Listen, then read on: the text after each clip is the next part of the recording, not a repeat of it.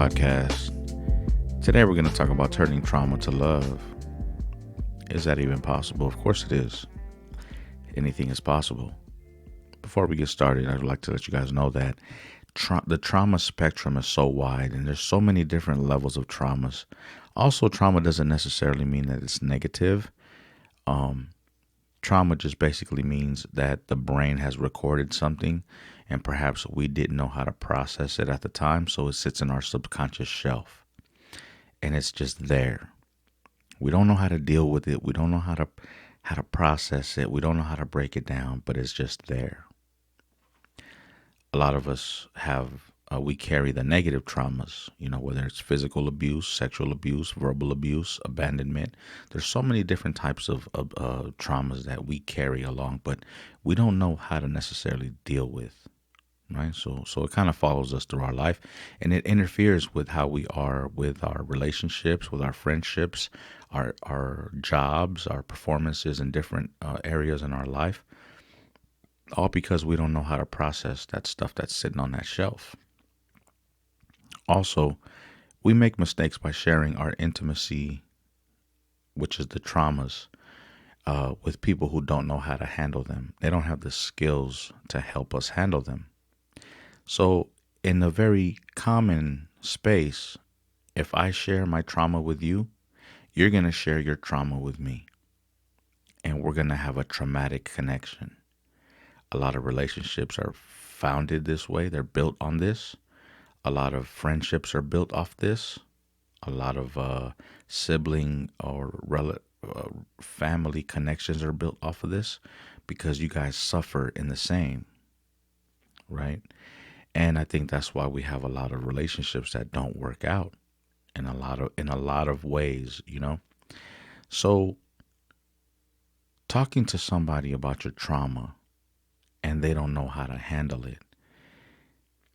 In some cases, people mishandle it. They go out and spread your intimate story with someone else, your experience with someone else. Now, you don't trust people so well, and it creates a problem, and that puts another trauma on top of that trauma because now it creates like an alarm system where when you feel that trauma, it creates anxiety because you don't know how to deal with it.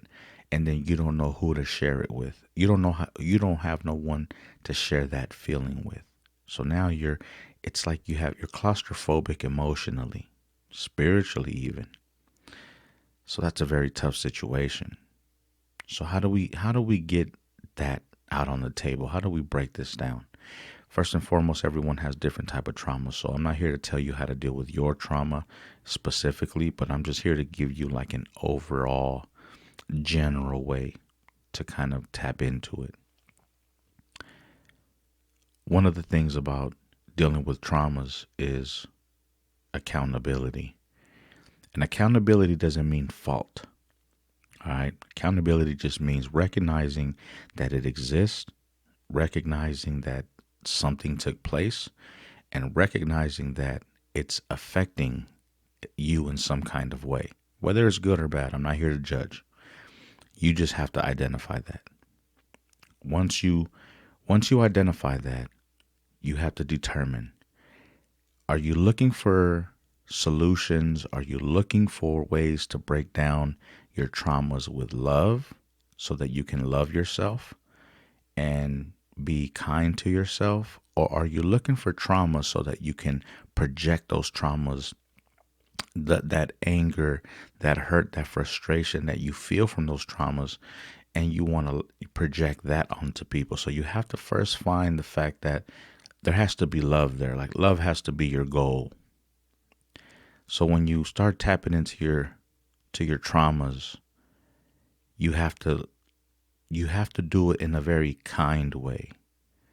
Whether you were a victim of something, whether you took the loss in something, you're there to repair yourself. You're there to be kind to yourself. It's like when you get a little bit older, you get a little bit wiser and life bumps you up a little bit, and your kids needs help and you want to love them and you want to nurture them and you want to make sure that they don't experience what you experience. And you have a little bit of wisdom because you went through some things and perhaps you may not have all the answers, but you love them and you want to make sure that regardless of what's going on, they're loved. And that's the same energy that you have to go into your traumas, into your subconscious uh, incidents that are sitting there. And you have to go in there with love.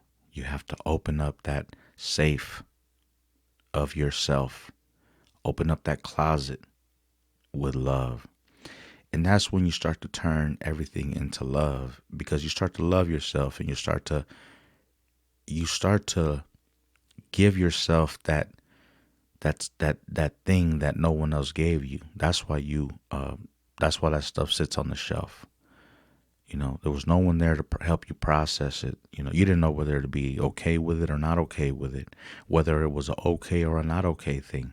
You didn't know how to process it. But now you're a little bit older. Now you can open up them closets now, and you can go into each skeleton and go with love. What damage was here so that I can love myself? What problem existed here so that I can love myself? Because ultimately, those things already happened. Those things are of the past.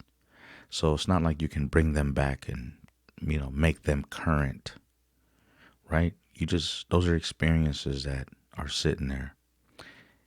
And in order to really help yourself, you have to go into those things with love. And a lot of people don't go into those things with love. That's why it doesn't come out right. They go in there with hesitation. They go in there with fear.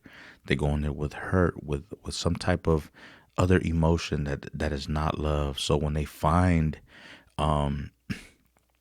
that thing they're looking for, when they go into their subconscious, right, when they open up their closet, they go in there with a fearful. They're with that same emotion that they left with. So when they come back to, they feel the same way they did back then. That's why a lot of people don't like to go back to the past, because it hurts. It makes them feel a way, right? But that's because every time that past comes up, that's what's sitting in your subconscious shelf. That's what's sitting in that closet. And every time it comes up, it makes you feel the same way. So you keep pushing it back in there. In time, you're going to realize that that's tiring and that's weighing you down. At some point in time, you have to realize that, let me go in there with love. Let me open up these closet doors with love. Let me go into my subconscious shelf with love. Whatever happened in your past, whether you were a victim of something or someone, whether something just happened, you experienced somebody passing away or anything, you go there with love. And you go there with love so that you can nurture yourself. You're nurturing that part of yourself that felt a certain kind of way at that time. So you have to open up yourself and go into yourself with love, not with fear, not with anxiety, not with pain, not with anger, not with sadness. You have to go in there with love. And that's step one. That's repairing yourself 101. That's repairing your trauma 101. You may not have the skills to fix it. You may not know how to do it, or however you want to word it. But what you will do is you will love yourself in those spaces. Doesn't mean that you didn't love yourself when those things took place. It just means that you love yourself today. And it means that you're able to identify that certain things happen, perhaps that you didn't like that happen, but today you love yourself today. So I hope this helped you guys in some kind of way. Stay tuned for the next episode. I will be dropping more and more content this way, this matter. And I hope you guys stay tuned, and I hope you guys get something out of it. All right. Thank you for your support. Peace.